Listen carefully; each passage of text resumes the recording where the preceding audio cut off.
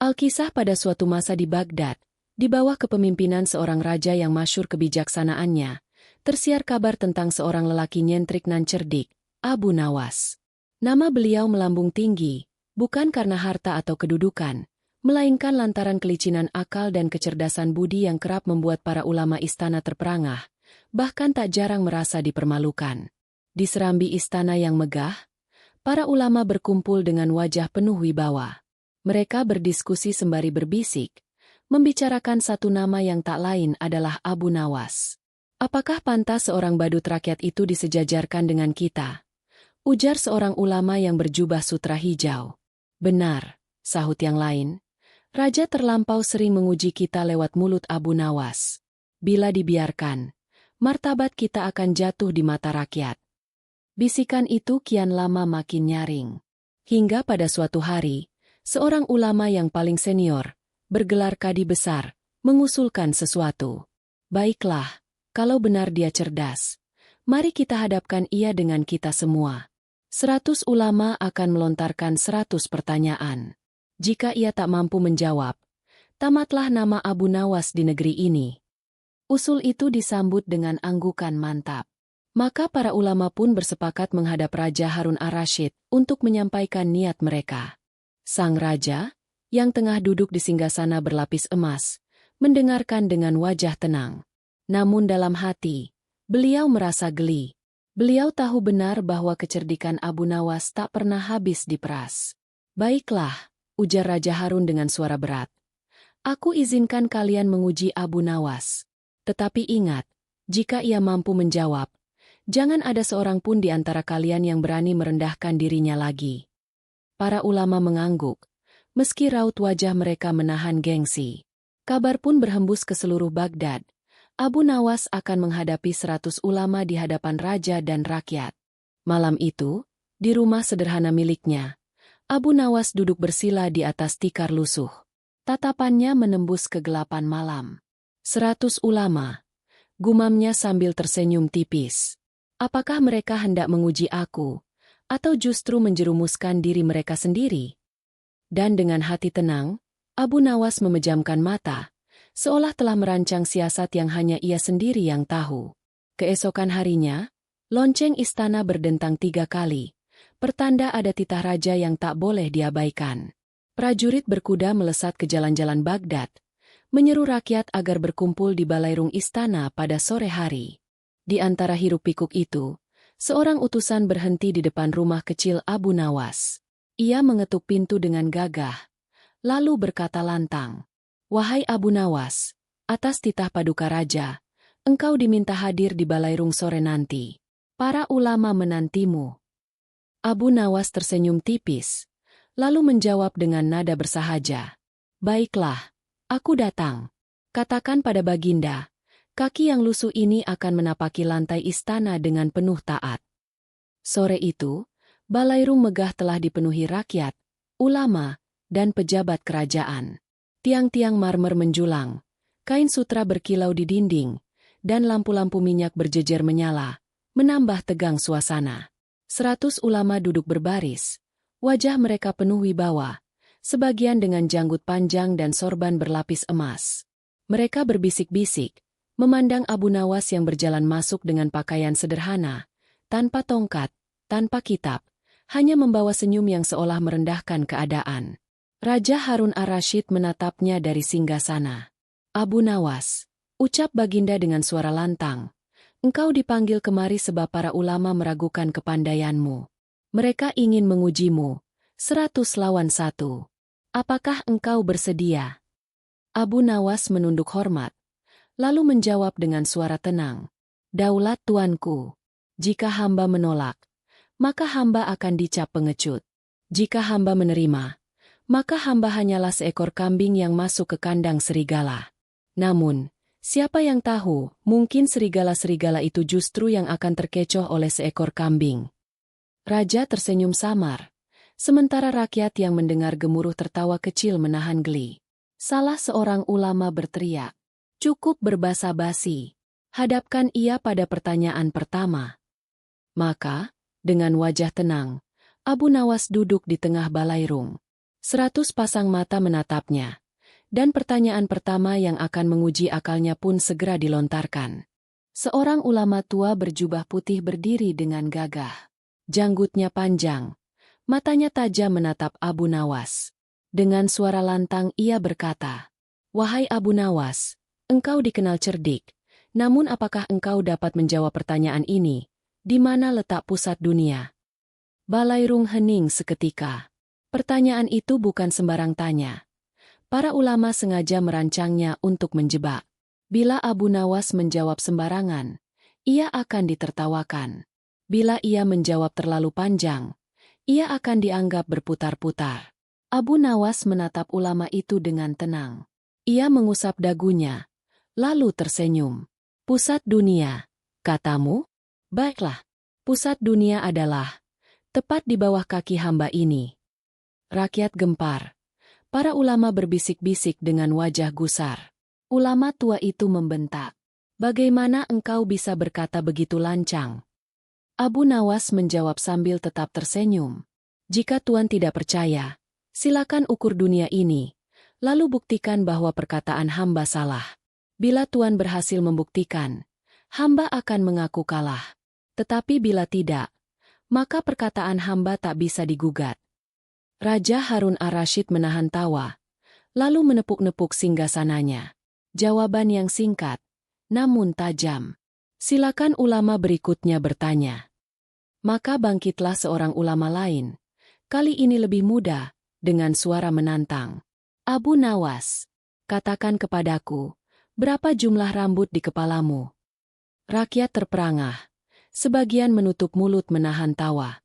Sebuah pertanyaan yang mustahil dijawab dengan pasti, tetapi jelas dimaksudkan untuk mempermalukan Abu Nawas.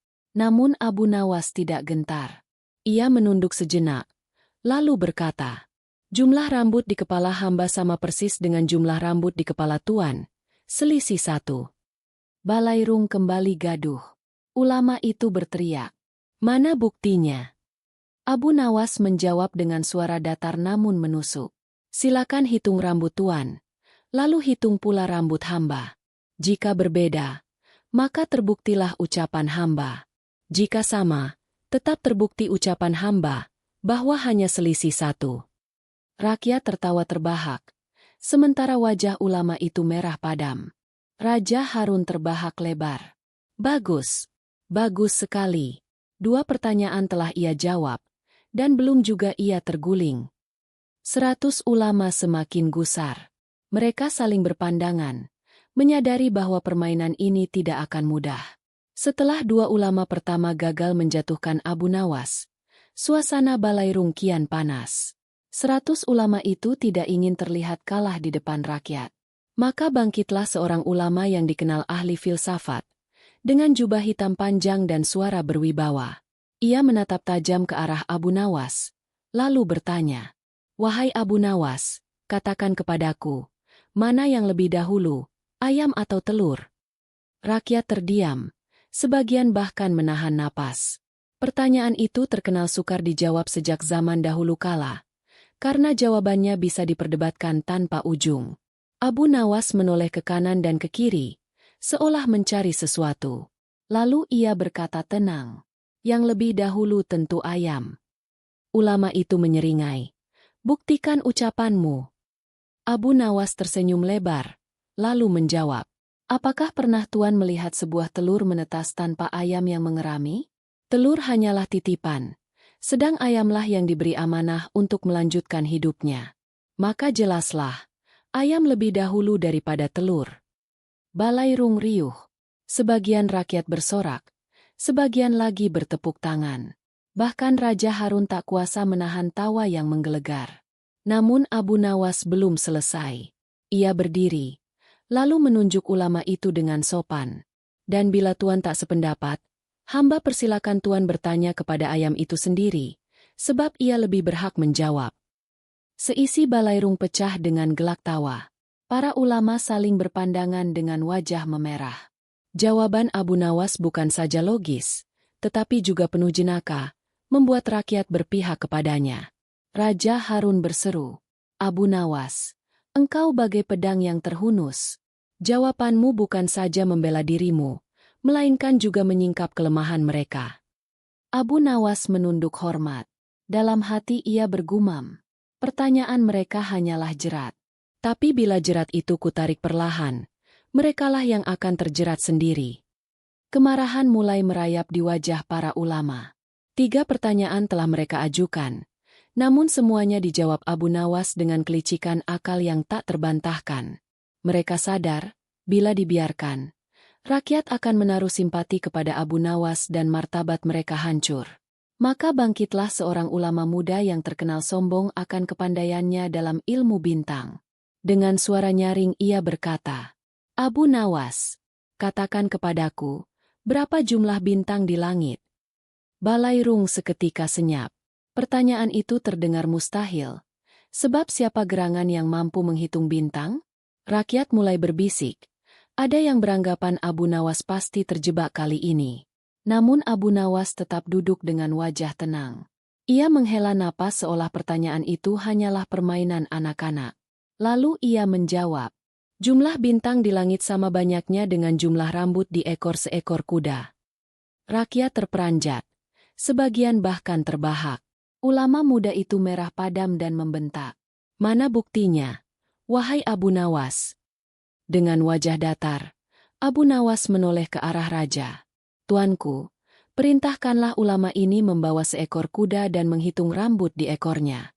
Bila jumlahnya tak sama dengan bintang di langit, maka ia berhak menyebut hamba pembohong. Tetapi bila ia tak mampu menghitung, berarti tuduhan itu kembali menimpa dirinya." Raja Harun terpingkal hingga menepuk-nepuk singgasana. "Luar biasa. Abu Nawas, engkau menjawab dengan satu kalimat. Namun ulama ini terjerat dengan pertanyaannya sendiri." Ulama muda itu tak sanggup berkata-kata. Ia hanya menunduk, menahan malu di hadapan rakyat.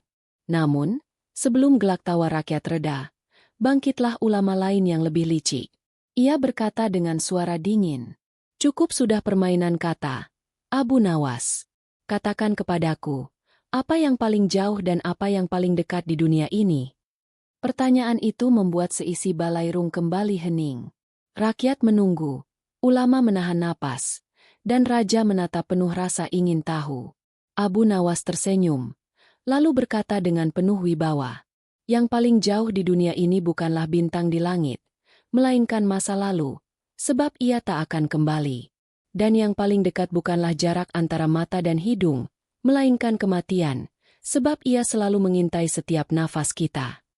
Balairung mendadak senyap.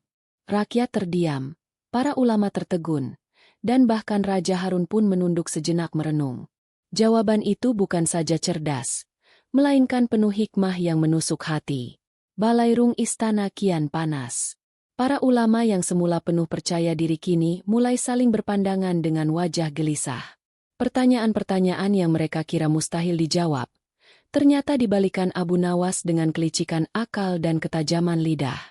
Namun gengsi mereka terlalu besar untuk menyerah.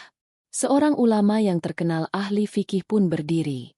Dengan suara berat ia berkata, "Wahai Abu Nawas, engkau telah bermain dengan kata dan logika.